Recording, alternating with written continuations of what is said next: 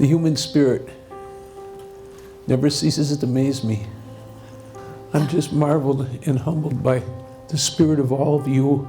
And remember, energy begets energy. And I believe that our goal is be the keeper of the energy. So if we keep ourselves clean and clear and loving in all that we do, it will radiate out and people will be attracted to what we do. And hopefully, as people touch one another, it will radiate throughout the world, and the world will be a better place because people like you are in it and they're out there giving and caring every day. You know, my big goal of my life is to change the way we view aging and death. Most of us learned about death. I know I did from my parents. When I was about 7 years old, my parents came home and they were crying, really, really sobbing. And I got scared. I said, what happened? My mother said, my maternal grandmother died. Well, right with that, just right there, I took it that all of a sudden, death is to be feared. And I've spent a good part of my life thinking about it, wondering about it. Am I going to suffer? Am I going to do? No, it's time to change it. If we look at it as a transition, like a sunrise and a sunset, we'll view death as just another experience. We will be here for as long as it takes to learn whatever it is we need to learn, or to do whatever it is we need to do. Being present without thinking of the future or dwelling the past is a wonderful gift. You know, if we're constantly looking backwards or we're constantly wondering about the future, we're missing what we have, and all we have is right now, right this moment. We're here, we're together.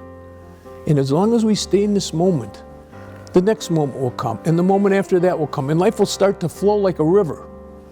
And instead of trying to bend the flow of that river and change the course, we can flow along with it, and you'll be surprised how many miracles will happen when you let go of trying to control everything. We've been taught that things exist outside of us. If you become more successful, you'll be happier. If you have more relationships, you'll be happier.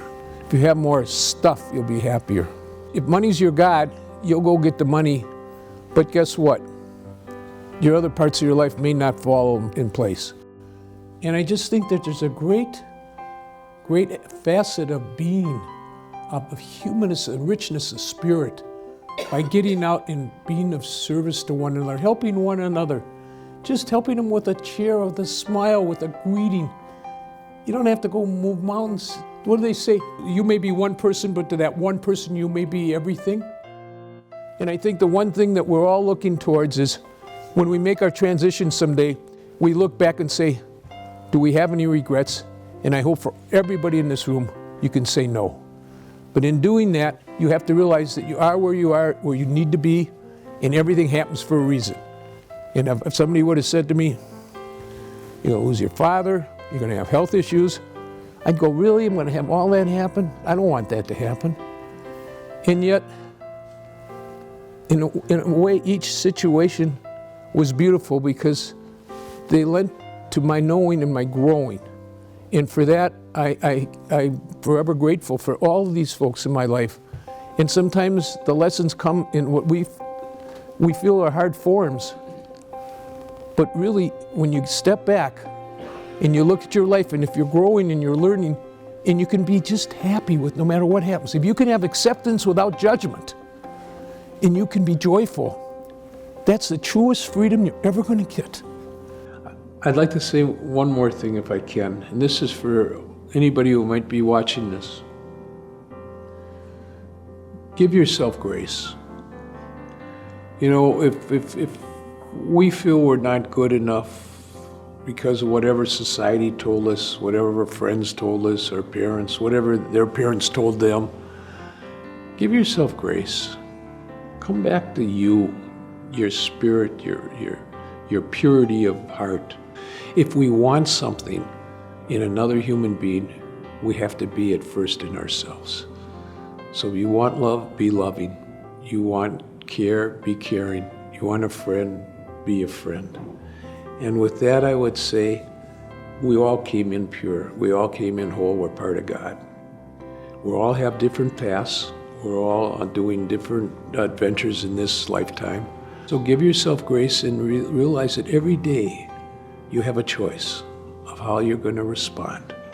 And with that, I say to you, know your greatness, know the inner wisdom of your soul, and trust your heart and your intuition. So with that, thank you, and may God bless all of you and your families. Thanks. Moments matter.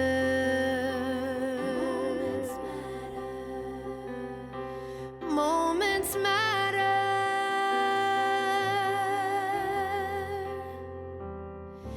Let